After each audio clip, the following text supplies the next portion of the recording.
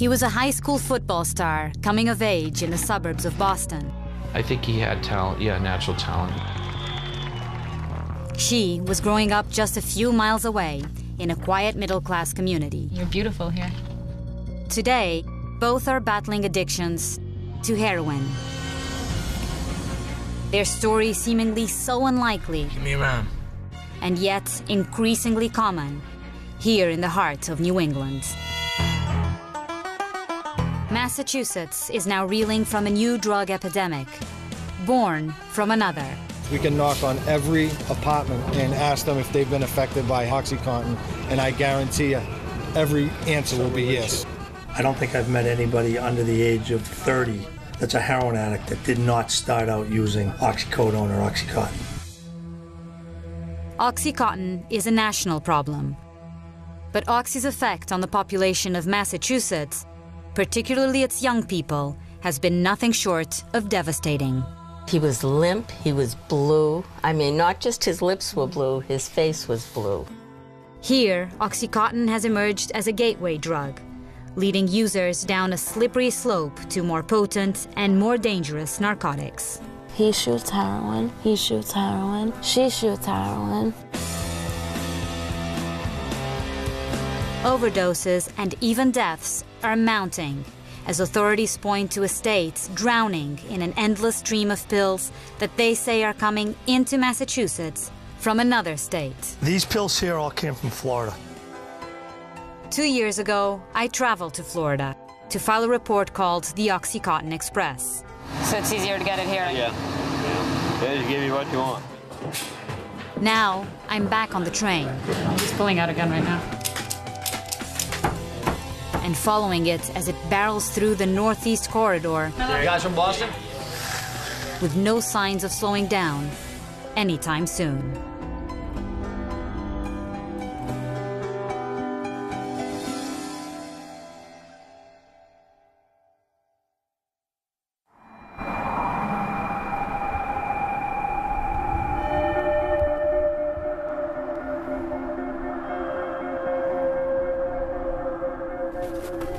So this is the stadium? Yeah, there's a stadium here.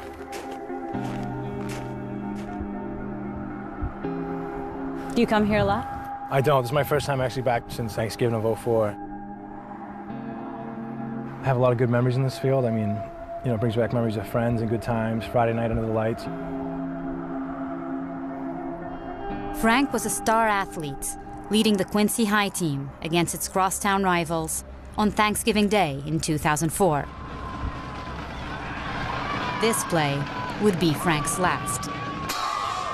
It was the opening kickoff, and Frank was the returner.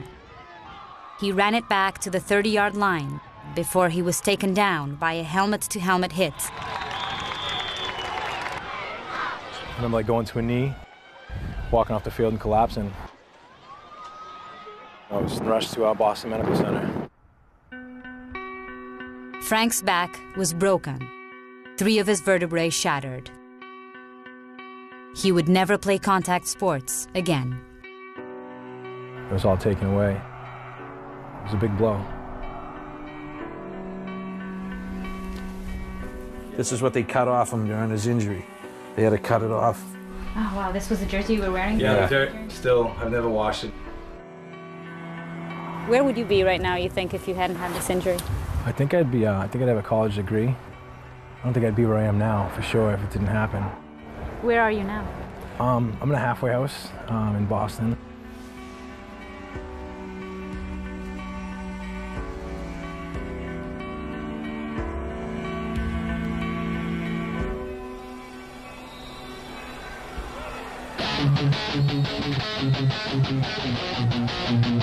Frankie started young, boxing at 5, and then martial arts, and then into wrestling. Frank's dad remembers a son dedicated to all things athletic. A star not only on the gridiron, but also on the lacrosse field and on the mat. A clean-cut jock who lived to compete. In high school, you know, I think I drank twice, tried smoke pot once. I was always like an athlete, always working out.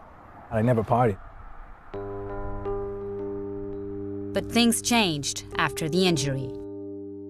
Frank was sent home from the hospital in a back brace and carrying a prescription for OxyContin and Percocets, both painkillers with the same active ingredient, oxycodone, a highly addictive narcotic.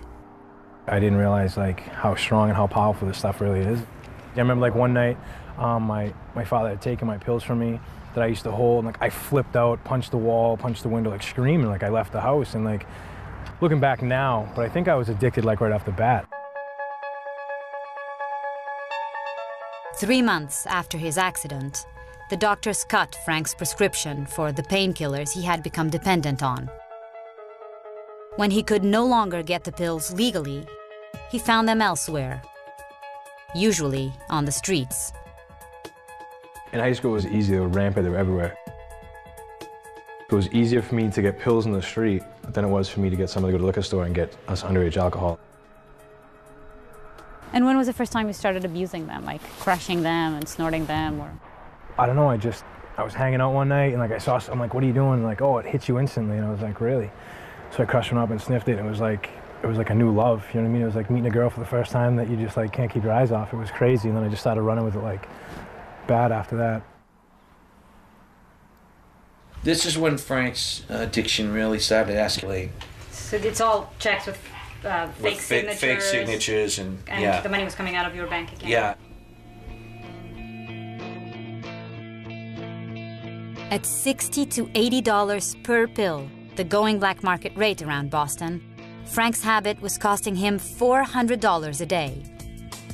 He began to forge his father's signature on checks, robbing and stealing from his family and from others to feed an addiction that was leading him down a path that is becoming all too traveled here in Massachusetts.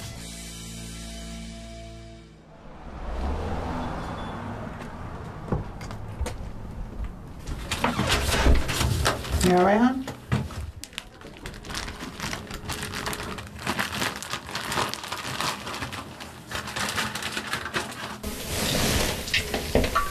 Good. Thank you, babe. All right, I'm gonna head on out, okay? Oh, God. Oh, my God. You get used to it. You got drug tested a lot when you're a drug addict. Like Frank, Rebecca was a suburban high school student from a middle-class family when she discovered OxyContin, OCs for short. I had a boyfriend, and he did a lot of OCs. He sold OCs, he sniffed OCs. I really wanted to try it, and he handed me a pill, and he was like, "Your life's never gonna be the same after this." Rebecca's boyfriend was right. By 17, she found herself in treatment for addiction to prescription painkillers. Oh, it's really pretty. You're beautiful here. Rebecca relapsed, and not long after graduating from high school, she graduated from pills to heroin. According to Rebecca, she isn't alone. I know he does drugs. He just got out of jail. He sells drugs. He shoots heroin. He shoots heroin. She shoots heroin.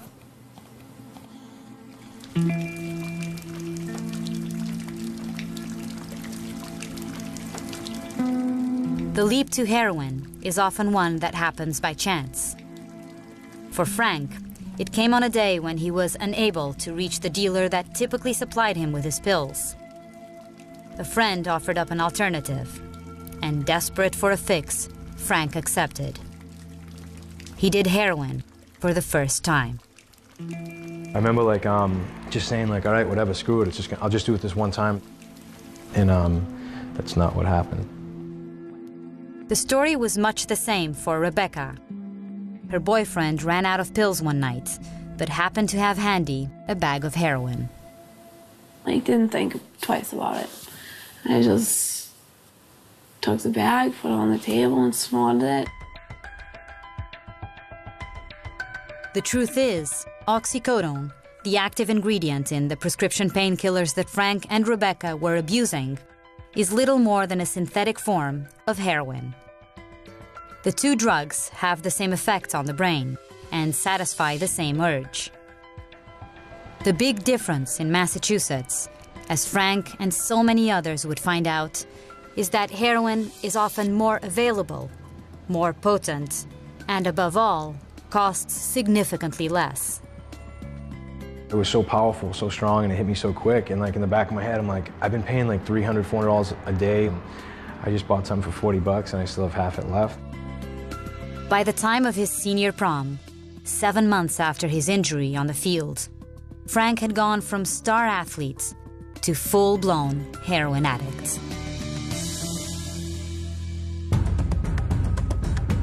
There was a group out of Charlestown, Massachusetts that were robbing pharmacies of their OxyContin. After the break, we meet up with one of Boston's original Oxy bandits.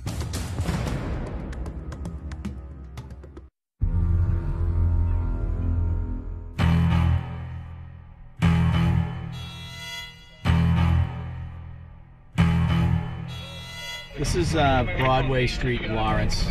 Very active. You see everything. So what is this? That's a $40 bag of heroin. Are you seeing a lot of this? A lot of heroin here? That's very common. Ride along with an undercover unit of the Massachusetts State Police, and they'll tell you that heroin is nothing new around here. This, they say, is a familiar scene. Street corner dealer busted for selling a bag of dope. But there is something that has changed in recent years, according to the cops we spent time with. The heroin seems to be more in chic, you know, for a lack of a better term, with the younger generation. So if you were to see somebody younger buying, you know, 18 to 25, they're more likely buying heroin. Particularly troubling to veterans of the force, like Lieutenant Tom Coffey, is not just the age of this new clientele, but something else that nearly all seem to have in common. I don't think I've met anybody under the age of 30 that's a heroin addict that did not start out using oxycodone or OxyContin. It seems like everywhere I look, somebody's doing perks, somebody's doing OCs. And like I always say to my friends that are doing this, like, keep doing this for a little bit longer because you're gonna be a heroin addict. Like, when you're doing perks and OCs, like, you think you're so much better than people that shoot heroin. Because you're like, I haven't gotten to that low yet where I shoot heroin. I'm never shooting heroin. So I tell them, like, look, you gotta quit while you're ahead, because, like, it's not a joke out there. So if somebody were to tell you when you were 16, 17, just before the injury, that one day you'd be a heroin addict, what would you say? I'd laugh in their face. You know, I'd laugh at it. It's like, there's no way. It wouldn't happen to me. There's no way. Frank and Rebecca developed their addictions at a time when prescription drug abuse was exploding across the United States. Pills are now more widely abused here than cocaine, ecstasy, and meth combined. One of the states at the forefront of this epidemic has been Massachusetts, where overdoses from opiates, including heroin and pills like OxyContin, now outnumber car accidents as the #1 cause of accidental deaths. Between 2002 and 2007, Massachusetts lost 78 soldiers in the war in Iraq and Afghanistan. On the streets of Massachusetts during the same time, we buried 3,265 citizens under the category of poisonous overdose, which is primarily OxyContin and heroin. 42 to 1 to what we're losing at war, we are losing on our streets. See right where that chimney stack is over there? I grew up in the hallway right before that chimney stack on the 3rd floor. The losing battle on the streets of Massachusetts was exacerbated early on, in part by a rough-and-tumble crew who recognized the demand for prescription drugs and decided that they would offer the supply. There was a group out of Charlestown, Massachusetts that were robbing pharmacies of their OxyContin. Charlestown, Massachusetts is traditionally a blue-collar neighborhood in Boston that over the last half-century has produced more bank and armored car robbers than anywhere else in the country. It's a distinction that inspired the film The Town, starring and directed by Ben Affleck. Don't move! But by the time Affleck was giving bank heists the Hollywood treatment, the business model in Charlestown had changed.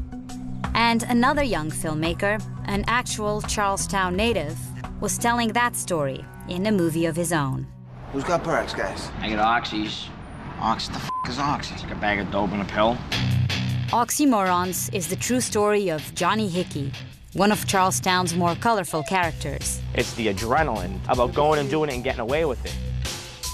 Johnny plays himself in the movie, which he also wrote and directed, drawing on his personal experience for inspiration. Listen, if I wanted your money, I would take it. Johnny was a transformative figure around these parts, among the first to seize an opportunity when one presented itself in the late 90s.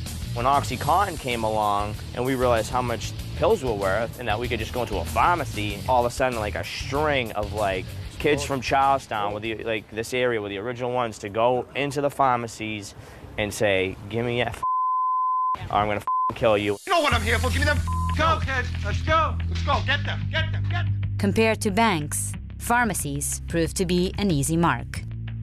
Half the pharmacies didn't have alarms at the time because they never got robbed. You could just go in and take them over. Keep them coming, don't keep around.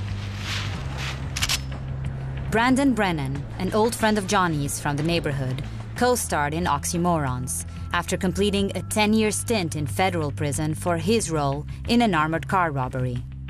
Brandon says the pivot from bank jobs to pharmacy stick-ups came naturally to the kids growing up on these streets. If this whole neighborhood, you know, and our families were dentists, we'd all be pulling teeth, you know, but, you know, we're not, you know, I mean, you grow up learning crime, scheming, any way to make a hustle to make money, you do it. Right there, grab him. Hold up. Booyah! So how much OxyContin do you think you put on the street? Did I put onto the street? I really don't want to say, honestly, but I put a lot on, you know what I mean? Just as much as I did, so did every other kid just like me in this neighborhood. $3,200 in cash and 4,000 to 5,000 oxys. As it turned out, Johnny and his crew were trendsetters of sorts. 2 robberies in less than a week. News reports of pharmacy robberies like Johnny's are now commonplace, with more than 1,800 reported in the US in just the last 3 years. But as Johnny will tell you, the career of an oxy bandit is typically short-lived. They caught me with pills, possession of a firearm, and counterfeit money while I was on probation, and that's what got me my time. One by one, the authorities picked off Johnny and his running mates, arresting them on different charges, and eventually shutting down their operation. Pharmacies themselves took proactive steps to deter future robberies. There were a number of pharmacies in Massachusetts that actually stopped carrying OxyContin for the fear of being robbed. And many of those pharmacies would place signs in their front windows indicating that they didn't carry OxyContin. Authorities in Massachusetts believed they were finally starting to make a dent in the state's pill problem. But nearly a decade later, a wave of new suppliers is now importing a seemingly endless stream of illegal pills into the state from far beyond New England's borders. It's the kind of operation that the small-time local oxy bandits could only dream of. I'm just pulling out a gun right now. These are the Percocet 30s that I bring from Florida back up here. But you just came back from Florida recently? Yes.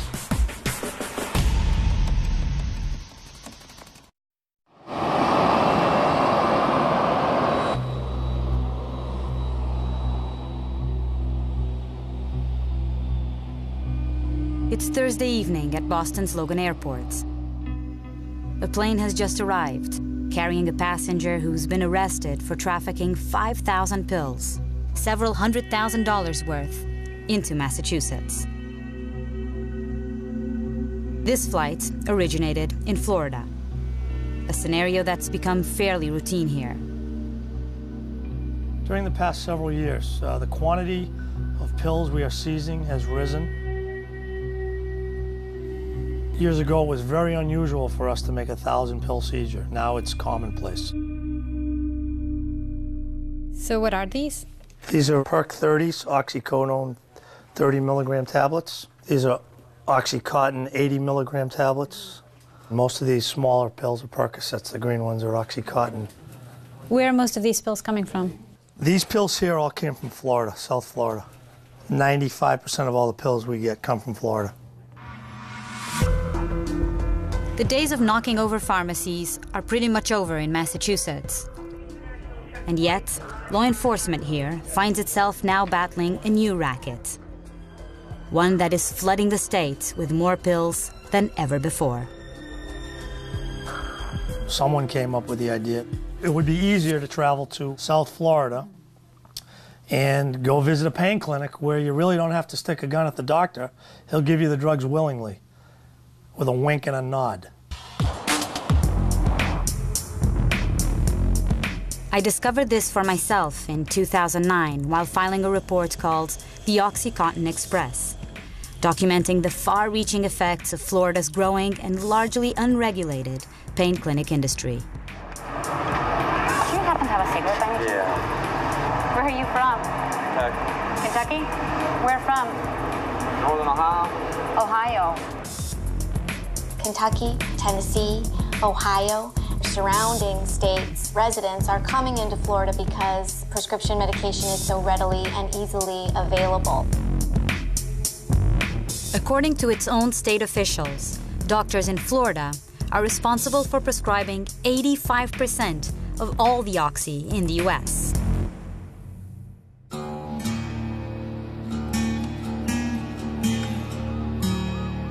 I was about to see just how far north those pills are traveling, and just how big the black market trade in painkillers has become here in Massachusetts.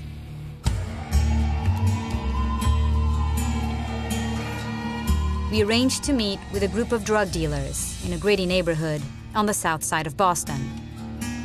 Apparently they've just come back from Florida a couple of days ago, and they've agreed to talk to us and to show us their stash. The meeting place was the top floor of a nondescript triple-decker apartment building. We had no idea what we were walking into. He's pulling out a gun right now. Yo, give me the scale.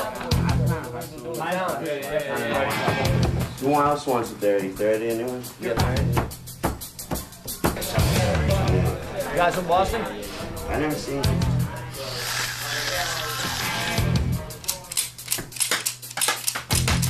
Can you guys not play with the gun while we're here? Yeah, no, there's no more bullets. That's why I emptied all of them out. How much is this? That is $15,000. $15,000 worth of Yeah. cocaine. It's Yeah. half a kilo of cocaine here. Yes. You sell this? Yes. No, sometimes I take the whole bag and dump right down my nose. No, we sell it, of course.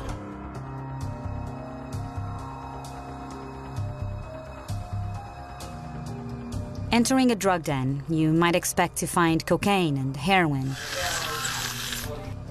But side by side with the more conventional hard stuff were pills. Lots of them.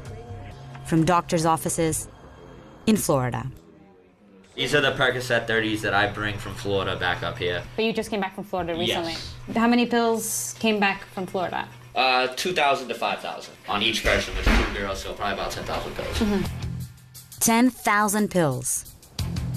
Remember that Frank was paying up to $80 per pill to feed his habits. Meaning that just this guy's latest haul could be worth $800,000. It's no wonder that nearly all the young men in the room said they make regular trips to the Sunshine State. How easy is it to get pills in Florida? It's like that. Well, it's easy as got a hooker on God Ave. No, it's more common than anything. It's just like when cocaine was back in the day, you know what I mean? Pills are what it is now. This man tells me how the operation works. My friends and other people that I am associated with. They have about 6 or 7 doctors that they have down there. They get the pills prescribed to them. They pick them up at different pharmacies all over the Florida area. The young man proudly described himself as a money courier. Every other week or so, he carries up to $100,000 in cash to a bigger player down in Florida, who actually secures the goods. Then, young women are used to mule the pills back up to the Northeast. Who are these girls? Do they use it? Some of them use, some of them are strippers, some of them are just regular girls, some of them are people that are just doing it for the money, you know what I mean? It's quick cash. You know, some people get addicted to quick cash. I'm addicted to quick cash, I love it. Recent studies on prescription drug abuse in America have often reached the same conclusion: that the family medicine cabinet is one of the primary sources of the pills, fueling a growing national epidemic. But we found something very different. To us, it was apparent that pills have become a street drug, bought and sold just the same as cocaine and heroin. You wouldn't believe the people I sell to. You wouldn't believe it if I told you. They start off with the Percocets and they go to the OxyContin. And then before you know it, $80 a pill is a lot of pill for an OC80. And when you can spend $30 to $40 and you got a bag of heroin that will get you 20 more times up. Listening to the man in the gray bandana, I couldn't help but think of Frank. Do you think that you've gotten a lot of people hooked on heroin? I don't think it's my fault. I think you're hooked on heroin from the day you start doing a perk. I know tons of people, and that's everywhere they started is from an opiate, a Percocet. The very few who don't go to heroin after starting on perks and OxyContin, God bless them, because heroin is a killer. Yeah. I mean, as soon as you're doing, you're in love. You know what I mean? You're in love, but that's what you love. That's your wife, that's your husband. You love it, and you can't get out of it.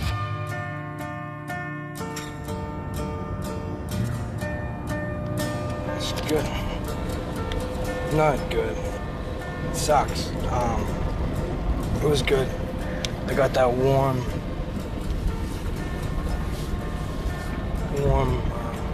feeling.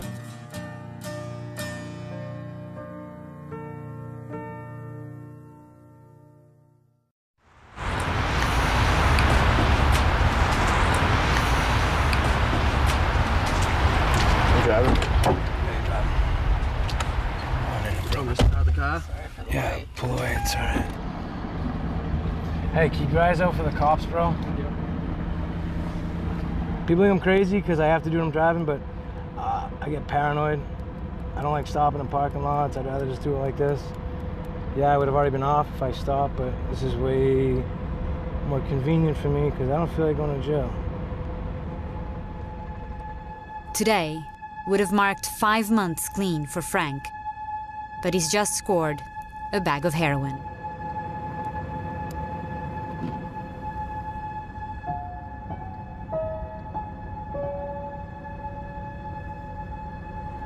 You know what sucks? Like this, you get high to take away the pain, to numb it out. And it just doesn't do what it used to do. Kicking heroin, and opiates in general, is notoriously tough. Heroin addicts relapse at a higher rate than any other users.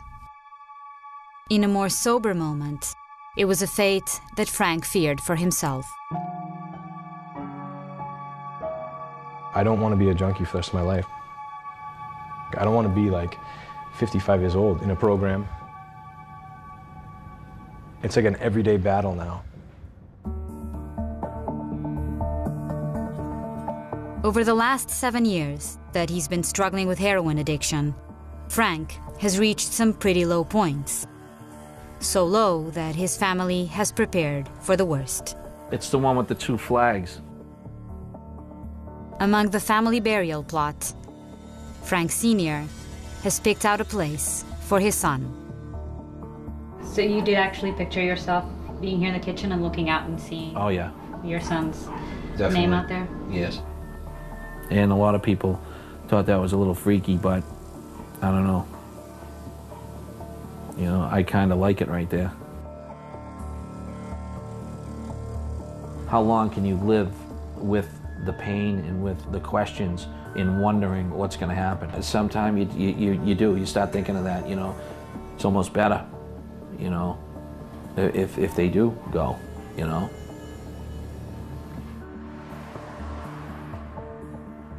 Some of the first to understand the depth of the opiate epidemic in Massachusetts were funeral directors like George Fisk. How many kids do you think you've embalmed that have died of heroin or an opiate overdose? I couldn't even count. Hundreds, I guess. It's an emotional subject for George to discuss.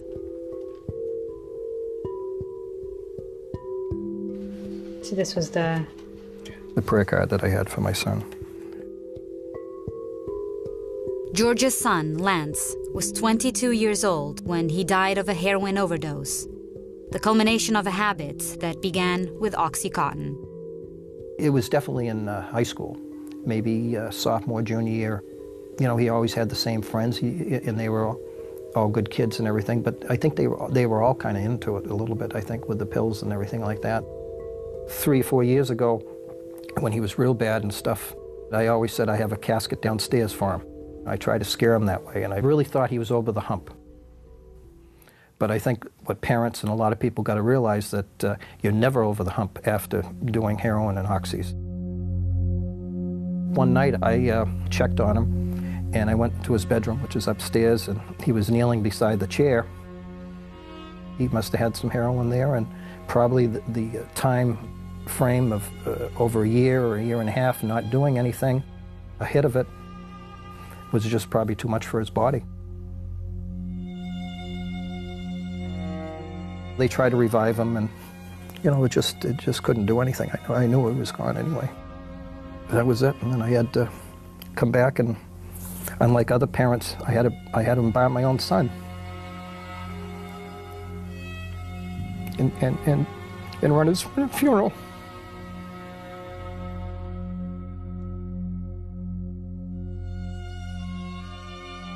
Why did you think it was important to embalm your own son?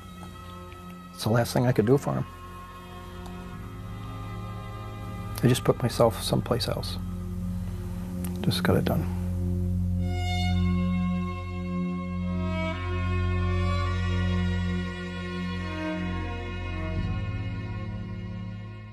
Anyone in the room ever seen an overdose?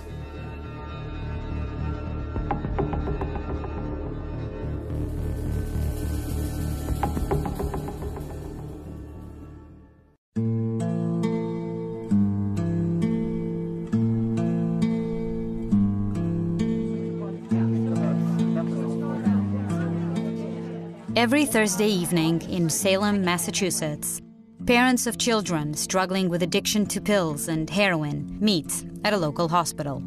I really need support. That's why I'm here tonight. I don't want to get emotional. Nancy has been coming to these meetings for 2 years. She's been in numerous programs and on the run a lot. She did get into the Cushion House, which was fabulous, and she ended up getting booted out. They found a spoon in her clothes. Nancy is Rebecca's mom. Give me your arm. Oh my God, you got it. Hurry.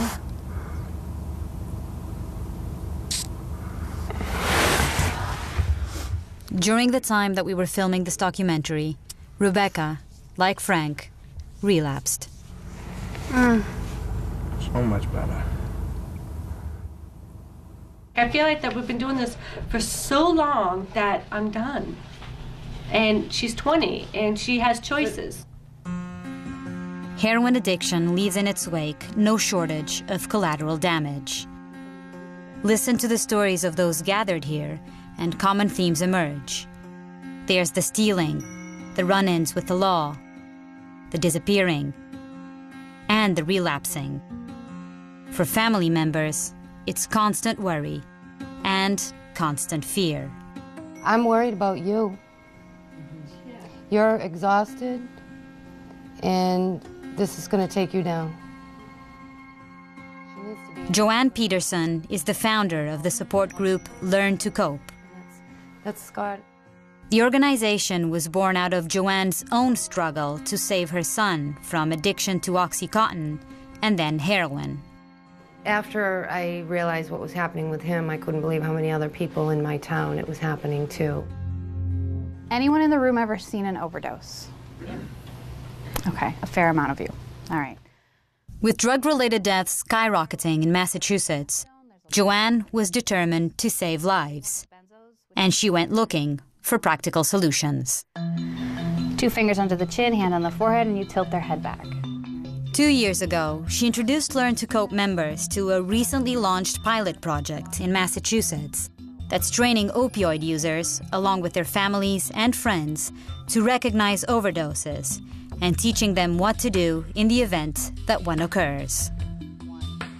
In addition to basic life support training, the program is also making available for the first time something that until recently was reserved only for hospital emergency rooms. Medication's called naloxone. What it is, it's an opioid antagonist. You stick it up their nostril, you spray about half up one side, half up the other until the dose is completely empty, and then you go back to breathing. Naloxone, more commonly referred to as Narcan, counteracts the effects of an opiate overdose by blocking the receptors in the brain that produce heroin's high. I have it everywhere. After receiving training, parents of addicts can get Narcan to keep on hand. So this Narcan was provided by the Massachusetts Department of Public Health approved opioid overdose prevention program. We get 2 in a package. As you can see, I've already used 1 in this package. Is that the one you use on your son? Yes. A few months ago, Linda's son, Stephen, overdosed on heroin. Right there, right just beyond the step. Oh my God, he was limp, he was blue. I mean, not just his lips were blue, his face was blue. So you knew immediately that he was overdosing? Absolutely. So my husband started rescue breathing, which we were also taught at Learn to Cope. And I dialed 911, dropped the phone, and got the Narcan, which I kept partially put together in the kitchen, like Joanne and everyone showed us. Linda administered the nasal spray, and her son survived. Massachusetts officials say that since making Narcan more widely available to the public, nearly 1,000 lives have been saved. Thank God I had it. Thank God I had it. Because now we can go visit him, and he smiles and laughs and is healthy, and I love it. Linda's son is now serving time in prison on a drug charge unrelated to his overdose. But, she says, at least he's alive. What do you think it says about the situation here in Massachusetts when parents are being taught how to use Narcan to revive their children from an overdose? I think it's frightening that we have to do this. I'm grateful that we have this, but I'm frightened that we have to that it's necessary to have this. When I first went to Learn to Cope, there were maybe 12 people in the room. Now it's standing room only. You can't fit another person in that room. And every week, it's more and more and more.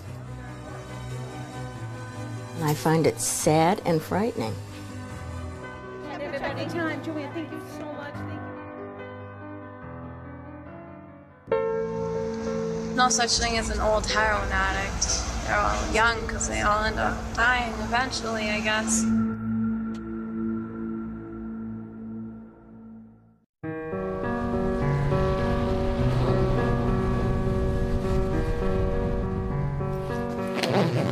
When we first met Frank, he had 3 months clean and was preparing to move out of his halfway house.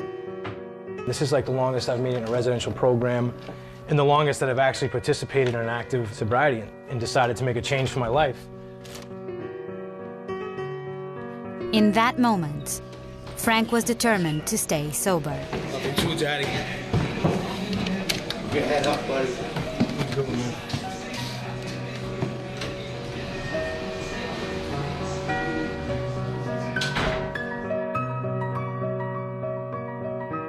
But as we saw, heroin's grip is difficult to break.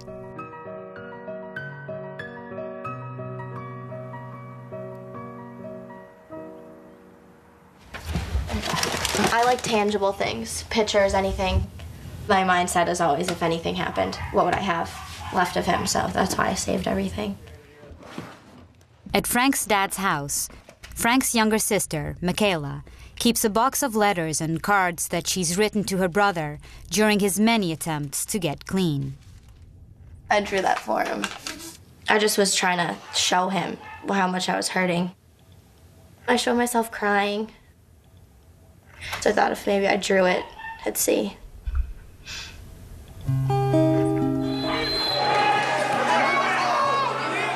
On this home video, recorded 7 years ago, you can clearly hear Michaela cheering on her big brother.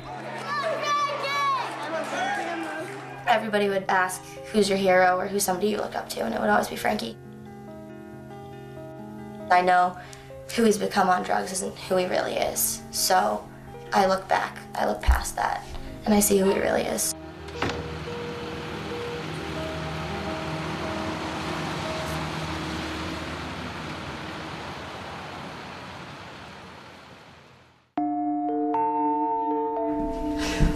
I'm trying to get her into training, physical trainer, because I think that would be awesome to like work out and get that adrenaline going, and she don't want to try it, but I know she'll be good at it.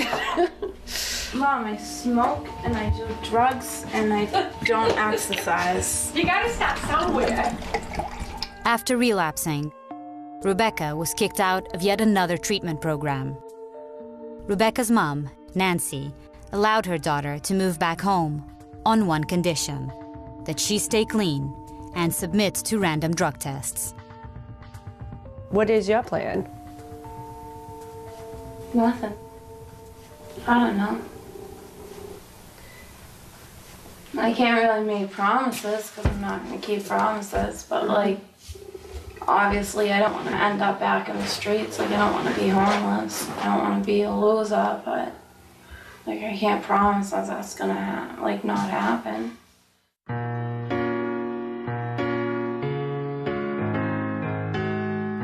A few weeks later, Rebecca left home and didn't return. When we last spoke to her, she was in a motel room with her boyfriend, using once again.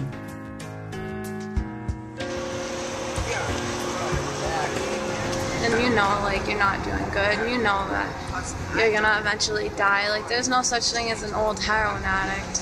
They're all young because they all end up dying eventually, I guess.